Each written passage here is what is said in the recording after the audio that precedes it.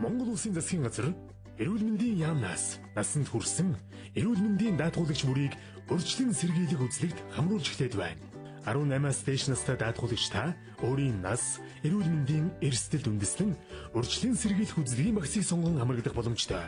18-аас 34 насны даатгуулагчийн багц, биеийн ерөнхий үзлэг, бэлгийн замын халдвар төвчний илрүүлэг, рентген зураг, 35-аас 45 насны даатгуулагчийн багц, биеийн ерөнхий үзлэг, зүрхний цахилгаан бичлэг, хэвлийн эго, өөх тосны солилцоо, цуснд саагар үзэх, умайн хүзүүний хавдрын эрт илрүүлэг, 46-аас 64 насны даатгуулагчийн багц, багц 1, биеийн ерөнхий үзлэг, зүрхний цахилгаан бичлэг, хэвлийн эго, өөх тосны солилцоо, умайн хүзүүний хавдрын эрт илрүүлэг, дөрөв булчирхайн үзлэг, багц 2, биеийн ерөнхий үзлэг, хотоодны дуран, умайн хүзүүний хавдрын эрт илрүүлэг, дөрөв булчирхайн үзлэг, 65-аас дээш насны даатгуулагчийн багц, багц 1, биеийн ерөнхий үзлэг, зүрхний цахилгаан бичлэг, хэвлийн эго, нүдний үзлэг, багц 2, биеийн ерөнхий үзлэг, хотоодны дуран.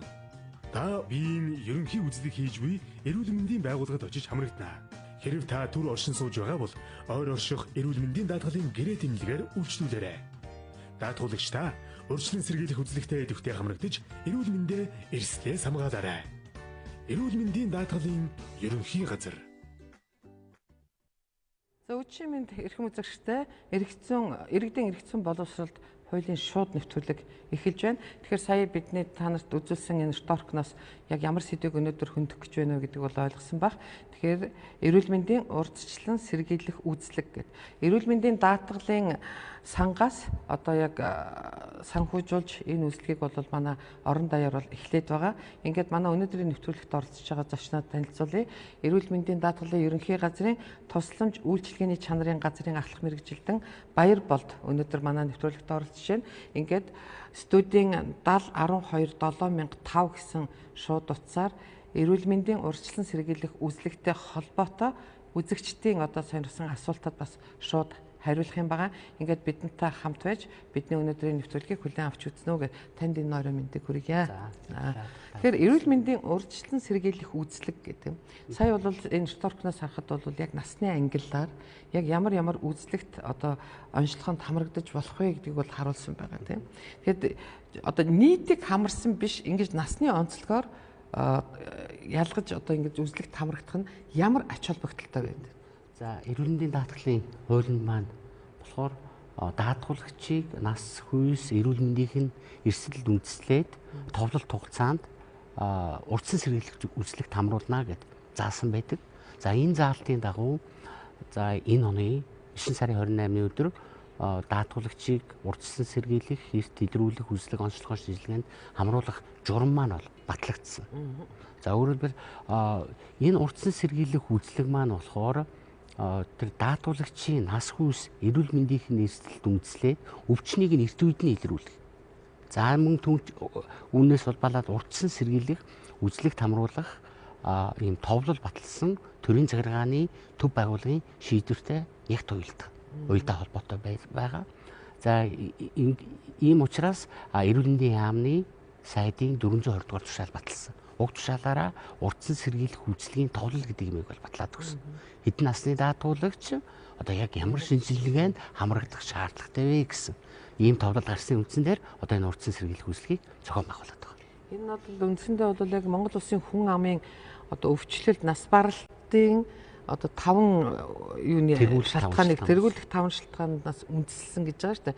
Тэгэхээр өнөөдөр тухайлбал яг энэ тэргүүлээд байгаа энэ 5 шалтгаан манад юу вэ? За мэдээж хүн болгоны мэдж байгаа одоо хавдар, хортавдар байна.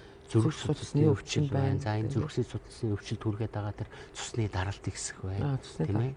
Одоо тэр цуснах сахарын хэмжээ, чихрийн шижүү өвчнийг эрт үед нь илрүүлээ. За мөн одоо дээрээс нь одоо мөн хэлээ тэр одоо тэр хавдрын одоо өвчлөл болон нас баралтын одоо зөнгөлөх шалтгаан болоод байгаа тэр хавдрын өвчлийг эрт үед нь илрүүлье. Ингэснээрээ даатгуулагч багасгах тийм ээ. Тэг өөрөөр нас баралтыг багасгах, эрт үед нь илрүүлснээрээ нөгөө эмчлүүлэх, төгс эмчлэх ийм боломжоор хангах ийм зорилготой хийгдэж байгаа. Тэгэхээр манай нэвтрүүлэг бол мэдээж зөвхөн нийслэл хотод биш, орон даяар цэцэгдэж байгаа. Тэгэхээр мэдээж яг энэ эрүүл мэндийн урьдчилан сэргийлэх үзлэгт хөдөө орон нутгийн иргэд маань яаж хамрагдах вэ гэдэг. Яагаад энийг асууж байгаа хэрэг чинь үе шаттайгаар багцлсан шинжилгээнүүд яваад байна шүү дээ, тийм ээ. Магадгүй энийг сумын эмнэлэг хийж дийлэхгүй байх тохиолдолд аймгийнх одоо яаж хийх үү гэдэг юм уу. Энэ тал дээр ер нь ямар зохион байгуулалт хийсэн бэ? Ажлын зураглал буюу тэр зохион байгуулалт нь маань болохоор юуны төрөнд даатгуулагч маань энэ урьдчилан сэргийлэгт үзлэгт хамрагдахын тулд эрүүл мэндийн даатгалын шимтгэлээ бүрэн төлсөн байх. Одоо эрүүл мэндийн даатгалд хамрагдсан байх хэрэгтэй. За ингэснээрээ даатгуулагч маань урьдчилан сэргийлэгт үзлэгт хамрагдах юм боломж бүрдэж байгаа. За тэгээд өөрийнх нь насны ангилалд багтсан одоо энэ шинжилгээнүүдийг хийлгээд одоо шинжилгээндээ хамрагдаж болно гэсэн. За та ярьлаа одоо энэ урьдчилан сэргийлэх үзлэг маань болохоор 2018 оны 10 сарын 1-ээс эхлээд хэрэгжээд явж байна. За одоо тэр хөдөө орон нутгийн даатгуулагчид маань, иргэд даатгуулагчид маань урьдчилан сэргийлэх үзлэгтэй хамрагдахын тунд аймгийнхаа нэгдсэн эмнэлэг болон сум дундынхаа эмнэлэг дээр очоод тэр биеийн ерөнхий үзлэг гэдэг юмд бол хамрагдах хэрэгтэй. За энэ биеийн ерөнхий үзлэг гэдэг маань болохоор тухайн иргэний, тухайн даатгуулагчийн биеийн жингийн индексийг тодорхойлох нь, за тэр зүрх судасны өвчлөлд өвдөх эрсдэл хэр их байгааг тодорхойлох нь, за дээрэс нь одоо тэр тархалтынхаа биеийн жингийн индекс буюу тэр тархалтын хэмжээ, бүслэгийн тойргоо хэмжүүлэх нь, мөн цусны даралтаа хэмжүүлэх нь ийм одоо ерөнхий үзлэгт хамрагдах юм байна. За ингэсэн дараа даатгуулагч маань өөрийн сонгосон одоо тэр хувийн хвшлийн болон улсын эмнэлгүүдээр одоо харьяал харгалзуухгүй үйлчлүүлэх ийм боломжтой байна. Одоо тухайлбал тэр ерөнхий үзлэг гэж байна шүү дээ. Ерөнхий үзлэгээр магадгүй тэр хүн өөрийгөө би ирүүлгээд бодоо явж идэл тийм ээ. Ерөнхий үзлэгээр магадгүй тэр хүнд ямар нэгэн өвчин илэрх. Ийм тохиолдолд одоо хоёр дахь шатны гэдэг ингээд цаашаа үргэлжлээд явхад яг энэ даатгал маань үйлчлэх үү? Даатгал маань үйлчлэл явах. Үнэхээр одоо тийм эрсдэлтэй байна гэхэд одоо тэр хүн цаашдаа одоо ингээд нэмчлүүлээд явбал мөн даатгалаар ингээд үйлчлүүлээд явчих болно. Урьдчилан сэргийлэхтэр болохоор үндсэндээ яг тэр тухайн насныхаа багцад таарсан тийм үү? Жишээлбэл одоо 34-өөс 44 наснда болохоор цуснд нь одоо бид нар сахар илрүүлээ. Өөрөлдвөл энэ хүн чихрийн шижингээр өвдөх одоо магадлал хэр өндөр байх жишээтэй. За ерөнхий үзлэгч гэсэн яг энэ талаар одоо чиглэсэн асуумжууд байх жишээтэй. Тийм ээ. Та одоо хэр зэрэг өөгцөстэй хоол иддэг хүү тийм ээ. Таны ам цангадгүй гэх мэтийн одоо ийм асуумжууд байна. Тэгэхээр манай студид 7012-7005 гэсэн шууд утас ажиллаж байгаа. Ингээд иргэдээсээ одоо сонирхож байгаа асуултын сонсцгоё бүгдээрээ. Байна уу? За, сонсож байна таныг? Дахиад өөр нэг юм байна. Байна уу? Байна уу? За, таныг сонсож байна? Байна. Сайн байна уу? Юм асууя да. За. Байна уу? Байна, сонсож байна. Асуу. Энэ эрүүл мэндийн даатгалаар одоо хүмүүсийг үзээ хараад байна гэж ахын.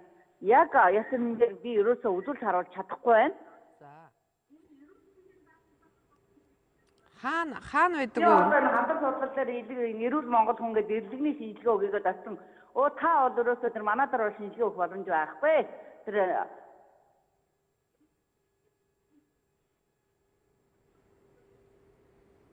хаана хандахаар тэгж хэлээд байна? Би одоо хамтар дээр үзүүлэх гэж хэд удаа очиод ерөөсөө үзүүлээд байгаа. Нийгмийн даатгал төлхийн ашиг гэж ерөөсөө байхгүй л байгаа даа. Дандаа хувийн эмнэлгээр үзүүлж байна.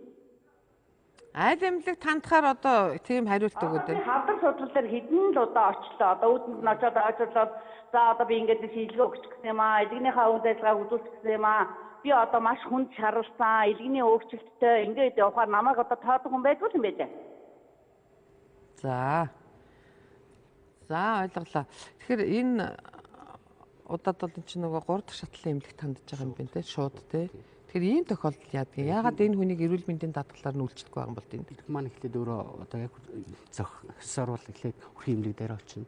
Өрхийн эмнэлэг нь үнэхээр одоо тэр хүнийг одоо оншийн тодруулах одоо тэр өвчнийг нь одоо яах шаардлагатай бол 2 дахь шатлал руу болно тийм аймаг дүүргийнхээ нэгдсэн эмнэлэг рүү. За тэндээс үнэхээр одоо 3 дахь шатлал руу одоо тэр хавтар судлал одоо яг тэр нарийн мэрэгжлийн эмнэлэг гэдэг нь шүү дээ. Тийм тохиолдолд бол тэр тухайн шатны эмнэлгүүд нь өөрсдөө ингээд илгээгээд явах хэрэгтэй юм байна.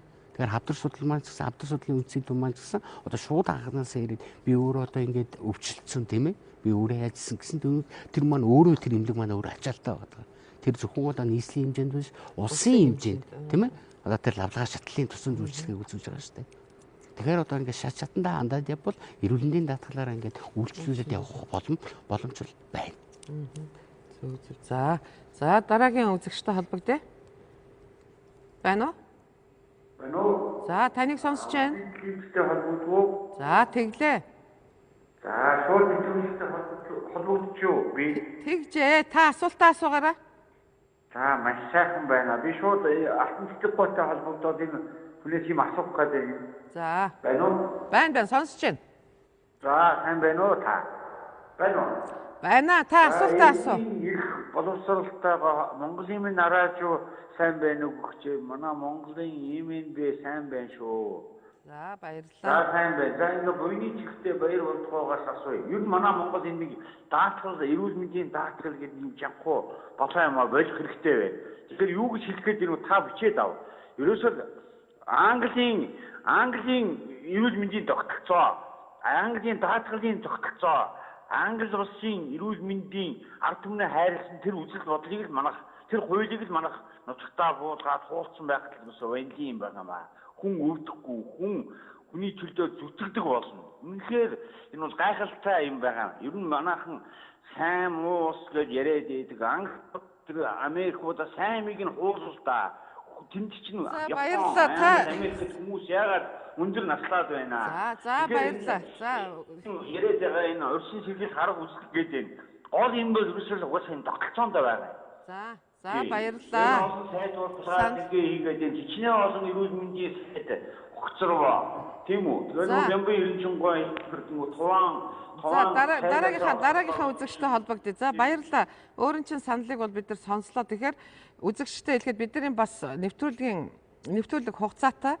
Тийм болохоор энд амжиж яг энэ эрүүл мэндийн урьдчилан сэргийлэх үзлэгтэй холбоотой өөртөө хэрэгтэй одоо мэдээлэл авахын тулд бид нартай холбогдоорой гэж хүсэх байна. За дараагийн үзэгчтэй холбогдъё. Байна уу? Байна. Сонсож байна таныг. Байна уу? Байна. Таныг сонсож байна. Та асуултаа асуугаарай. Мөн байна. Би нэг юм асуух гэсэн би энэ цэргийн газар ажиллаж байгаа тэтгэвртэй асуусан юм байна. За. Асуултаа асуу та. Тэгээд одоо төрийн тусгай руу авч нэгдсэн эмнэлэг ч юм уу? Тийм цэргийн эмнэлгээр одоо юу үйлчлүүлэх заавал эрүүл мэндийн даатгалын одоо даатгалаар үйлчлүүлэх юу? Ер нь өрхийн эмнэлэг эрүүл мэндийн даатгалаар үйлчлүүлэх одоо бид нар бол цэргээ тэгдүүл гарсан хүмүүс нь хаан очив тийм одоо эрүүл мэндийн үйлчлэгээр авч болох вэ? За энэ маань урдсан сэргийлэх үзлэгтэй бас үгүй холбоог бас ер нь тэтгэр өндөр насны тэтгэр авдаг хүний шимтгэлийг маань төсвөөс хариуцаад одоо төр хариуцаад явцдаг. Иргэн даатгуулагч ер нь хинж байдгүй хэрвээ эрүүл мэндийн даатгалаа төлөөд одоо эрүүл мэндийн даатгалтай хамрагдсан хүн бол энэ төр эмнэлгээс тусламж үйлчилгээ авах юм бүрэн хэрэгтэй байгаа. Үндсэндээ нийтдээ одоо 16 төрлийн тусламж үйлчилгээ байна. За дээрэс нь одоо энэ хамгийн сүүлд хийгдэт байгаа энэ урдсан сэргийлэх үзлэг гэдэг маань болохоор одоо бас дахин одоо цоош нь ийм үйлчилгээ тусламж үйлчилгээ болж байна. Тэгэхээр тэтгэврт гарсан ч гэсэн энэ чинь яг нэг насны ангиллуу заасан байгаа шүү дээ. Тэрэндээ урдсан сэргийлгээ үзлэгтэй хамрагдаад болчихно. Тийм ээ. Одоо өөрөөр хэлбэл 46-аас 64 дээр чинь хоёр багц байгаа. Нэг нь болохоор одоо ходоодны дууран багтаалсан. Үүгээр одоо нөгөө хавдрынхаа илрүүлгийг хийж тийм ээ. За нөгөөдгөө болохоор тэр зүрх судасны өвчлөл нь ямар байгаад байгаа. Тэр өөх тусны солилцоо нь ямар байгаад байгаа. Тийм ээ. Энийг нь одоо ингээд эртвэрт нь илрүүлэх гэсэн ийм боломжтой ийм үзлэг шинжилгээнүүд байгаа. Үзлэгийн багц маань байгаа. За дараагийн үзэгчтэй холбогдъё. Байна уу?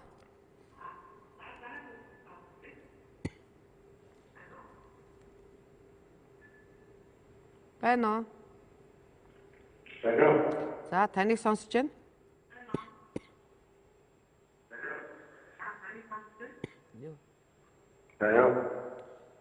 Сонсож байна таныг. Сайн байна. Сайн байна уу? Орой мэнд үгүй. За орой мэнд.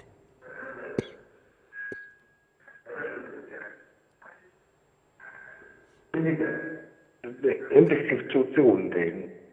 Тэгээд эрүүл мэндийн даатгалыг яваад байдаг.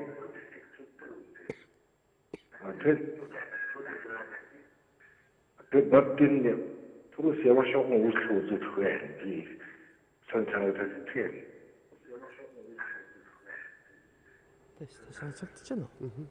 Сонсогдож байна тийм. Яг энэ дадлаа төлөөд яваад идэг эмнэлэг твтгөө одоо өөрөөр эмнэлгийн тусламж үйлчлэг авдаг гэсэн байна. Тэгэхээр одоо яг энэ урдсан сэргийлэх үйлчлэгийн одоо энэ багцаас сонгоод үйлчлүүлэх боломж энэ хүнд маань байна өөрөө.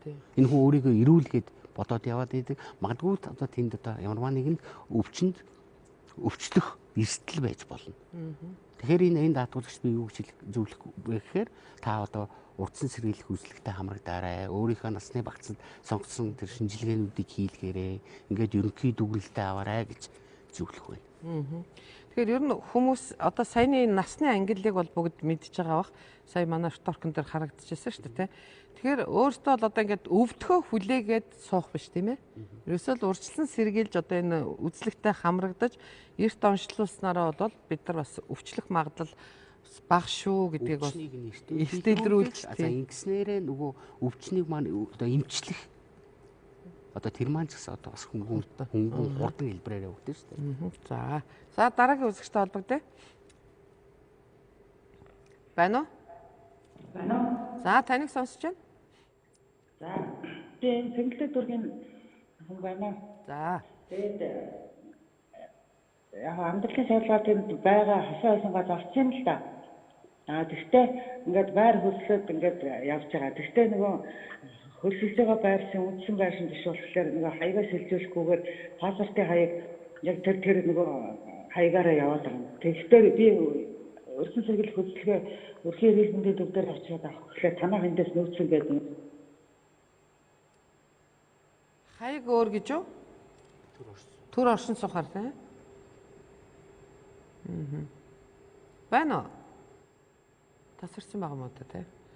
Ийм тохиолдолд яах вэ? За яг ийм байгаа тохиолдолд тухайн иргэн маань хорон дээр очиод одоо тэр хүн амынхаа мэдээллийг мэдээлэлд өөрчлөлт оруулаад төр оршин суух гэсэн одоо тодорхойлолтоо авчих юм бол энэ хүн маань одоо иргэндийн даатгалын тусламж үйлчлэг авах юм эрхтэй өрхтөөр очиод нөгөө хөнгөлөлттэй юмээ бичүүлээд авчих.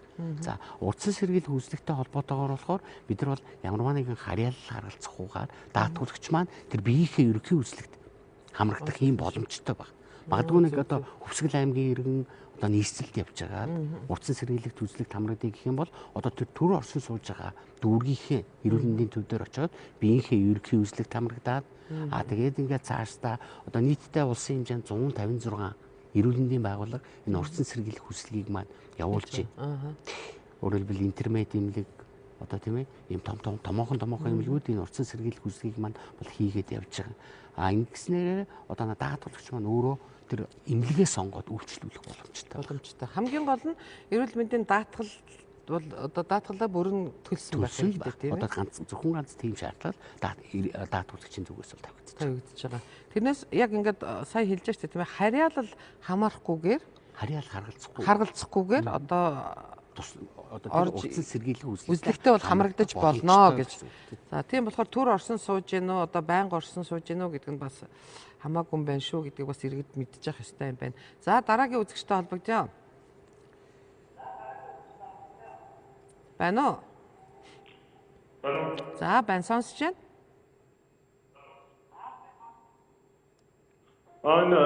Юу асуух гэсэн.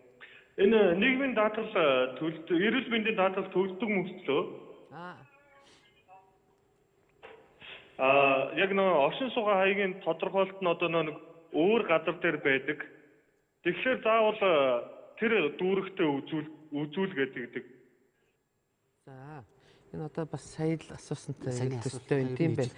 Яг саяны асуусантай бол ижил төстэй байна. Сая за дахиад ер нь бол хэлээд өгчөөд энэ оршин сууж байгаа хаяг хамааралгүйгээр одоо ингэж урьдчилан сэргийлэх үйлчлэгт орж болно гэдээ хахад яагаад энэ тэгвэл энэ өрхийн эмнэлгүүд, дүүргийн эмнэлгүүд энэ хүмүүсийг ингэж хүлээж авахгүй байгаа юм болоо? Энэ болохоор яг урьдчилан сэргийлэхтэй холбоогүй одоо өөрөөр өөр эрүүл мэндийн тусламж үйлчлэг авах гэдэг.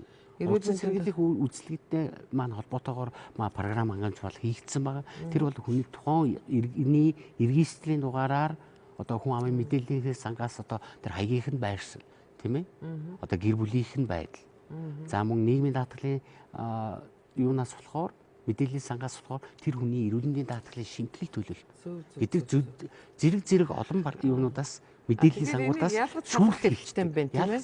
Тийм юм байна. Эрүүл мэндийн урьдчилан сэргийлэх үйлчлэгийг бол одоо харьяалал гаргацахгүйгээр хамгаалах боломжтой юм байна шүү. Зүгээр одоо сая энэ хүмүүс асуугаад байгаа нь бол эрүүл мэндийн даатгалаар төлдөг гэжээж өөрийнхөө харьяаллын бус эмнэлэгт очиод үзүүлэхээр үзэхгүй байх гэж тэр бол зөв юм байна тийм ээ. Өвчний улмаас тэр хүн магадгүй өвчин тусаад одоо магадгүй даралт нэгсээд одоо хоёр дахь шаталтаа үзүүлэх тохиолдолд тэн дээр бол харьяалал бол байгаа тийм ээ. Зайлшгүй шаардлагатай байх нь тийм. За энийг бас ялгаж салгаж ойлгох хэрэгтэй юм биш үү үзэгчтэй. За дараагийн үзэгчтэй холбогдъё. За байна уу? Байна уу? Сайн байна уу? Би Орхон аймгаас холбогдож байна. За надад нэг асуух хоёр зүйл байна. Нэгдүгээр нь одоо бид нар урьдчилан сэргийлэх үйлчлэгт хамрагдъя, өөрийгөө ингээ урьдчилаад үзүүлъя гэхэд жишээ нь сар болгоны шинжилгээнд хамрагдах тий 50,000 төгрөгийн лабораторийн онцлогоо шинжилгээ гэж байдаг. За ингээ хамрагдаад үзүүлъя гэхэд жишээ нь манай Орхон аймгийн бүсийн онцлогоо шинжилгээний төвд зөвхөн үзүүлээ гэдэг шаардлагыг тавьдаг. Тухайн эмнэлэг маань өөрөө ачаалал ихтэй. Гэтэл хитэнзометрийн хажууд нь манай Орхон аймаг Медипас гэдэг хувийн эмнэлэг байдаг. Гэтэл хувийн эмнэлэгт үзүүлэх боломжгүй даатгалын сангаар энэ маань үйлчлэгэнд хамрагддаггүй гэдээ биднэрт одоо хувь хүний эрхийг хязгаарлах үйлдэлүүд байна нэгдгээд хоёрдугаар нь болохоор яг одооний яаж байгаа урьдчилан сэргийлэх үйлчлэг гэдээ яаж байгаа багцууд энэ багцыг өнөөдөр жишээ нь Орхон аймаг яг тухайн багцаар үйлчлэх боломжгүй одоо үн өртгийн үед гээд эхлэегүй энэ ажил хийгдээгүй байгаа. Тэгэхээр энэ дээр яг ямар арга хэмжээ авах вэ? За бас энэ ч нөгөө эрүүл мэндийн даатгалыг одоо үйлчлэгийг авдаг эмнэлэг байх биш гэж бас байгаа бах тийм ээ. Энэ дээр нэг сайхан тайлбар хийгээд өгөөч. Би түрүү ярьсан тийм ээ. 156 байгууллага одоо сонгон шалралтанд тэнцсэн. Хувийн эмнэлгүүд одоо орлого яах вэ? За саяны одоо үзэгчийн маань дурдсан мэд бас эмнэлэг ч гэсэн одоо энэ урьдчилан сэргийлэх үйлчлэгийг одоо хийхээр сонгон шалралтанд бол тэнцсэн баг. Тэгээ энэ даатгуулагчд маань тэр өвчний өвчөр үзүүлээд байгаа аваад байгаа тэр тусламж үйлчлэгээ энэ урьдчилан сэргийлэх үйлчлэгийг маань холиод байна. Тийм ээ. Өвчний өвчөр даатгуулагч маань сарда 55,000 төгрөг хүртэлх онцлогоо шинжилгээ хийх ийм эрхтэй. Өөрөөр хэлбэл даатгалын сангаас гаргуулах ийм эрхтэй байгаа. Амбулаторийн нэг үйлчлэгийг нь болохоор хэрвээ мэдцлийн бус кабинетэд үзүүлэх юм бол 15,000 төгрөгөөр нь даатгалын самаа сагуулжуулаад явж байгаа. Мэдцлийн кабинетэд үзүүлсэн тохиолдолд болохоор 16,200. Өөрөөр хэлбэл эдгээр маань дандаа нөгөө өвчний өвчөр үзүүлсэн тусламж үйлчлэгийг бид нар санхүүжүүлээд байна. За энэ урьдчилан сэргийлэх гэдэг маань энэс бол шал өөр ондоо өвчнийг нэрт үед өөрөөр хэлбэл энд маань магадгүй эрүүл хүн ч гэсэн хамрагдах ийм боломжтой шинжилгээнүүд байгаа. Энд ямар хугацаатай юу яа? Энэ шинжилгээ маань ингээд цаашдаа бол үргэлжлээд ингээд явна. Одоо тухайлбал ингээд би жишээлбэл одоо ингээд би урьдчилан сэргийлэх үзлэгт хамрагдмаар байна гэд би өөрийнхөө харийн эмнэлэгт очиод ингээд одоо энэ сард хамрагдлаа, нэг сард, хоёр сард гэдэг ингээд сар болгон хамрагдана гэж байна. Аахгүй жилдээ нэг удаа хамрагдана. Харин одоо тэр багцад орж байгаа шинжилгээ маань одоо тэр төрийн захиргааны төв байгууллагын юу одоо эрүүл мэндийн яамны одоо шийдвэрээр тэр багц маань өөрчлөгдөж болох нь байна тийм ээ. Тэр товлол маань үндсэндээ бид нар бол товлолоо бол батлаад авсан шүү дээ. Урьдчилан сэргийлэх товлол гэдэг юмтай болчлоо. За энэ товлолынхаа дагуу иргэд даатгуулагчдаа тэр урьдчилан сэргийлэх үйлчилгээнд нь ингээд үе шаттайгаар ингээд бүгдийг хамруулад яваа. Ийм зорилготой байна. Зөв. За ямар ч хэлсэн сар болгоо ороод авах юм болов гэсэн үгүй юм байна. Тэрийг бас мэдж авах хэрэгтэй юм байна гэж. За дараагийн үзэгчтэй холбогдъё. Байна уу?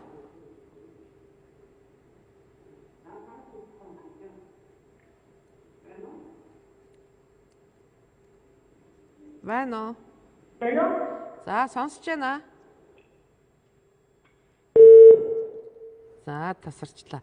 Тэгэхээр бас яг энэ урьдчилан сэргийлэх үйлчлэг за өвчний улмаас үзүүлж байгаа үйлчлэг хоёроо бол бас иргэд бид өөрсдөө ялгаж салгах хэрэгтэй юм байна шүү гэдгийг бас хэлэх хэрэгтэй юм байна. Тэнд урьдчилан сэргийлэх үйлчлэг маань бол жилд нэг удаа одоо тэр багцаас өөртөө сонгож аваад өөрөө сонгож аваад үзүүлэх юм байна. Энд бол бас нөгөө оршин суух амьдарч байгаа хаягийн одоо тийм харьяалал юунд бол одоо байхгүй юм байна шүү гэдгийг бас дахин хэлье. За дараагийн үзэгчтэй холбогдъё. Байна уу?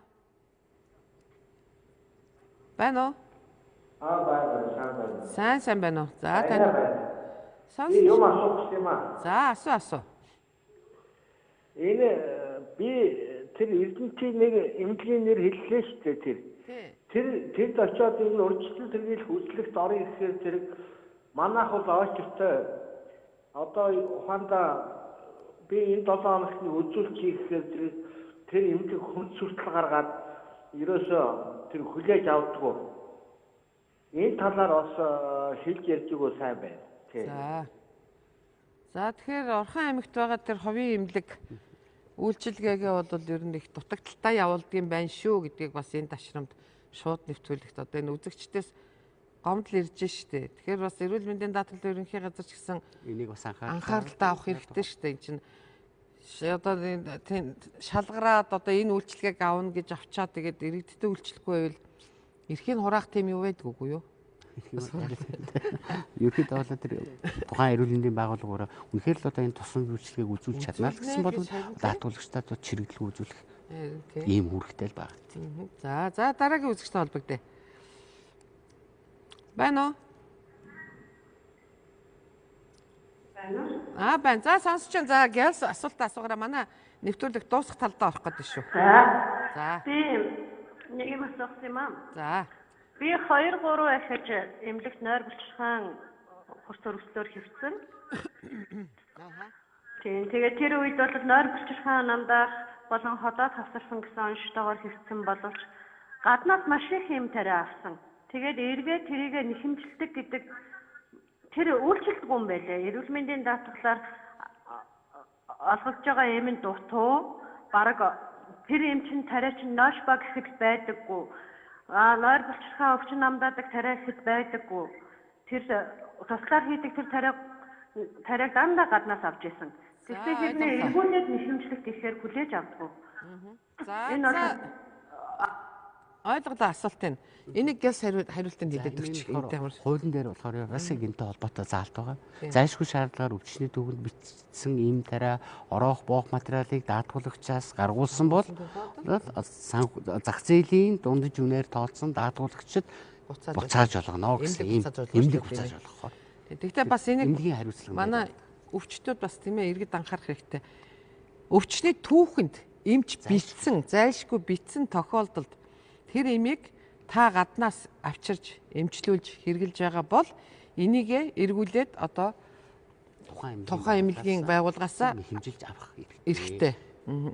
Тэгээс бичээгүй багт нь одоо эмч зүгээр хэлээлтэй та ийм тариа аваад ирээ гэдэг юм бол тэрийг бас эргүүлж авч олж авч чадахгүй юм байна шүү гэдгээ бас анхаарах хэрэгтэй. Ингээд манай нэвтрүүлэг маань бас ерөнхийдөө төгсөх шат руугаа орж байна. Ингээд манай өнөөдрийн нэвтрүүлэгт оролцож за энэ эрүүл мэндийн урьдчилан сэргийлэх үзлэг гэж яг юу хэлж байгаа хэдийд яаж энэ үзлэгт хамрагдаж болох уу, ямар насны ангиллаар ямар одоо шинжилгээний багцуудыг төвж тийм ээ өөрийнхөө сонголтоор гэж хамрагдаж болох уу гэдэг ингээд мэдээллийг өгч үзэгчдийн маань сонирхсан асуултанд хариулсан за энэ ахлах мэрэгчтэн баяр болдтой баярлалаа танд тий. Ингээд манай өнөөдрийн нэвтрүүлэг үүгээр өндөрлөж байна. Эх 7 хоногийн 5 гарагт эргэж уулзлаа. Баяртай ирэх үзэгчтэй.